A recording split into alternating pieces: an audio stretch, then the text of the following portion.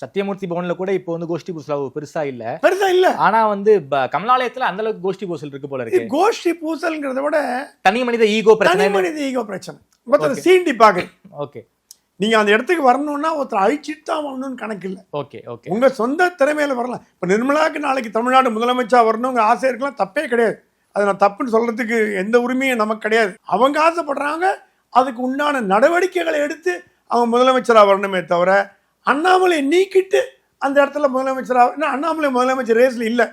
எனக்கு தெரிஞ்சு அண்ணாமலை முதலமைச்சர் ரேஸ்ல இல்ல. எம்எல்ஏ ரேஸ்ல நிக்க போறதுன்னு சொல்லிட்டாரா. சொன்னா நின்னா அதிமுக நம்மளை தோக்கடிச்சு காட்டுன்னு சொல்லிட்டாரு. அதையும் சொல்லிட்டாரு. கேம்பெயின் மட்டும் போறேன்னா. அப்படி இருக்கும்பொழுது நீங்க உங்க போட்டியாளர் எடப்பாடி தான். நிர்மலாக்கு போட்டியாளர் அண்ணாமலை கிடையாது, எடப்பாடி தான். உங்க ஆக்டிவிட்டி அங்கதான் காட்டணும். இன்கம் டாக்ஸோ ரெய்டோ இடியோ கூட்டணி வச்சுட்டாங்களே சார். கூட்டணி வச்சுட்டாங்கல்ல. அப்ப நீங்க என்ன பண்ணோம்?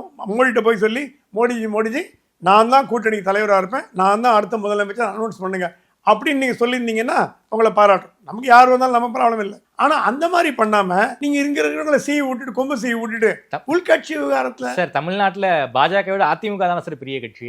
அதனாலதான் சார் எடப்பாடி முதல்வரா இருக்காரு. அப்ப நீங்க முதலமைச்சர் ஆசைப்படுறது தப்பாச்சே. அப்ப அண்ணாமலை மாதிரி நீங்க வந்து கட்சிக்காக தொண்டாற்றுங்க.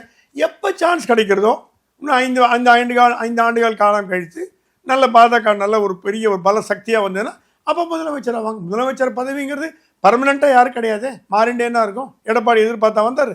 சீஃப் மினிஸ்டரோட நிதியமைச்சர் பதவி பெரிய பதவி. ஆனாலும் அவங்க சீஃப் மினிஸ்டர் பதவிக்கு ஆசைப்படுறாங்க. எனக்கு ஆச்சரியமா இருக்கு. ஆசைப்படுறாங்க. அந்த ஆசைப்படுறதுனாலதான் பல சிக்கல்கள் உருவாகுது.